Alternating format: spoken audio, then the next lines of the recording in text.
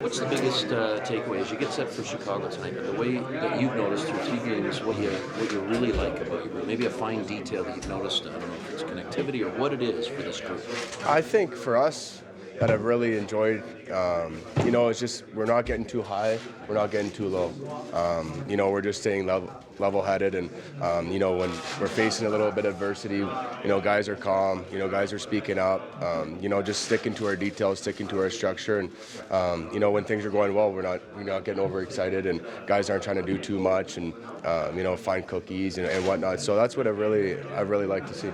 Mac, do you notice that maybe translates into every line too, the way they're playing? It seems from the outside that every line is kind of playing the same way, and that's as a group. Yeah, I think that's what the messaging from the coaching staff to us and the leadership group to the younger guys is just stick to our structure, puck management, go get on the hunt, tight gaps for defense. I think everybody's got an identity right now up front. Each line's got an identity. All 6 to 8D got an identity, and we're contributing as a team. It hasn't just been one or two guys; it's been everybody contributing, and that's key for our team. Mackenzie, how happy are you for a guy like Jonathan, who's had that success early on? And I mean, what have you seen in his evolution, maybe this season compared to? Johnny's been great. Nothing's really changed for me with Johnny.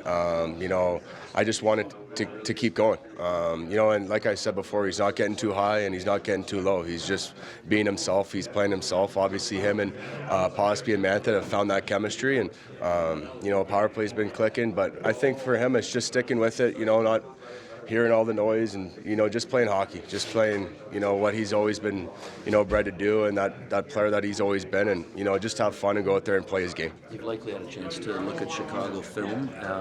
They go from being one of the youngest teams a year ago to a veteran team over there with a lot of Stanley Cup pedigree. But I guess as a defensive core, what do you look at when you look at Connor Bedard and trying to contain him?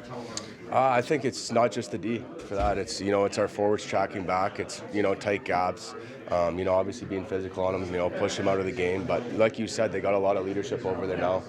Expect them to, play the right way. But obviously a few guys to key in on over there. But other than that, it's just work ethic and outcompete. And, if we do that, I think we'll be fine. I was chatting the other day with Cale McLean about, some of the things you guys are trying to do on the power play. I'm just curious, I know it's early days, but what's been his impact? Like, how do you find he goes about his business running that unit? He's been great. He's been easy to talk to, but he's got us on.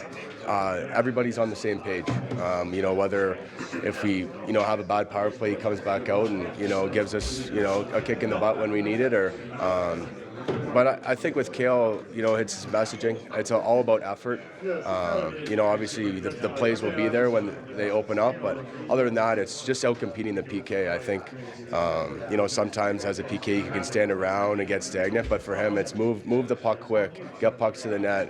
If they dump it down, everybody comes back hard, together. Being on the right page, but he's been great. It's been a treat working with him right now.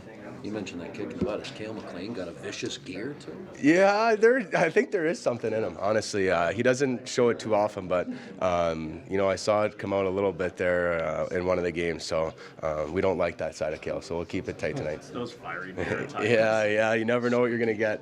So when you say everyone's on the page, that's sort of like everyone's sort of bought into the strategy and kind of understands the X's and O's maybe in a different way than before? Yeah, is this the power play? Yeah. Yeah, absolutely. I think there's just not one guy out there that you focus on. It's 5 guys working together, knowing our plays, knowing the system that we do in the breakout or, off a face-off. And, everybody's got to buy into it, and I think that's what we're doing.